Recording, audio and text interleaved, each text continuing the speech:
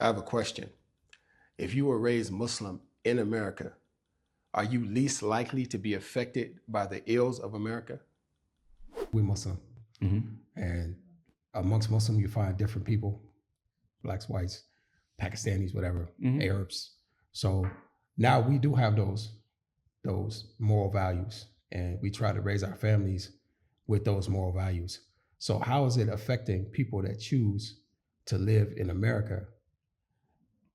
How are they affected by this, the marriage divorce rates, and would you say they're separate or in their own little bubble so it doesn't affect them? It'd be nice to say that, but the reality is everybody's impacted by their environment. There are certain species of sharks that if you have them in a tank, they're not going to grow. They're not going to outgrow the size of the tank. But if they're in the ocean and in natural habitat, they'll grow to immense sizes. So we are absolutely impacted. To say anything else would be being naive. Have you seen it? Have I seen it?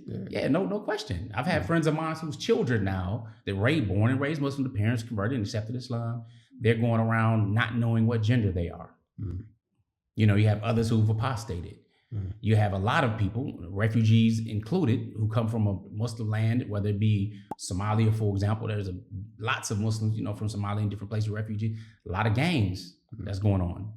You know what I'm saying? So yeah, absolutely seen it. You have those who proudly wave the rainbow flag, you know what I'm saying, where this wasn't a thing before. Right. But they stand up more proud and excited about that than they actually do for at least what they allege their beliefs are with Islam.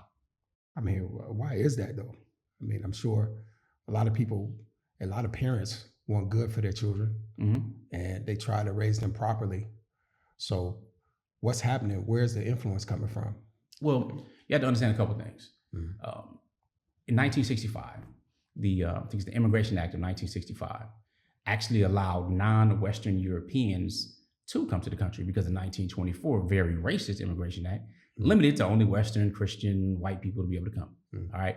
But after black folks fought for it in 64, then in 65, they allowed non-white folks to come. Hence, when you're talking about the Desi population, Pakistanis, Indians, when you're talking about the African population, whether it's Senegal, Somalia, Sudan, you know, Egypt, wherever in the world, then they have not only a debt to the black people in this country who allowed that to happen, but you see first, maybe second generation Muslims here, so far as immigrated here.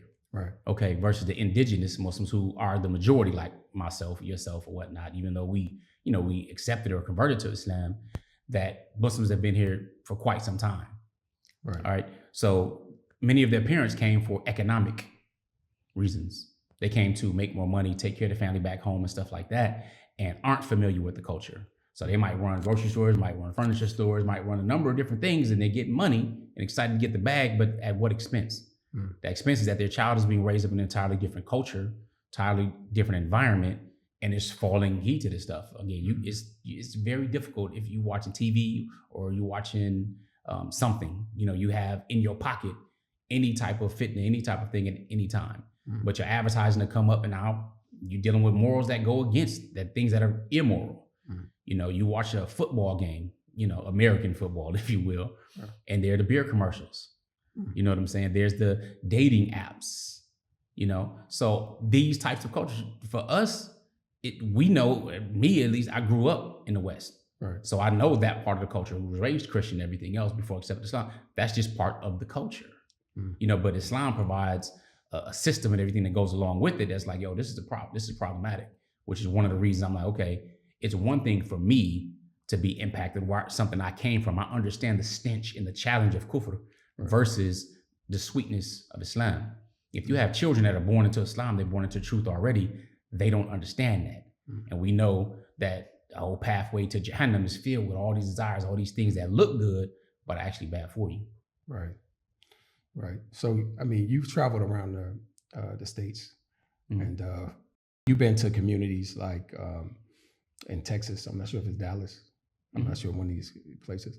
And then even Chicago has some big Muslim communities, California. So do you feel that, or do you think that they're doing a good job in some of these places in kind of warding off these ideas from the greater society? My daughter, I sent one of my daughters down to Texas to go to Bain Institute. And incredible program. Alhamdulillah, the Dream program is an incredible program and stuff like that. And it all depends on, of course, the individual. So I sent my daughter down there, but as she was down there were Muslims who were there going to the same thing. Some did great. They got the language and all of that. Others got pregnant, had some abortions, and so on.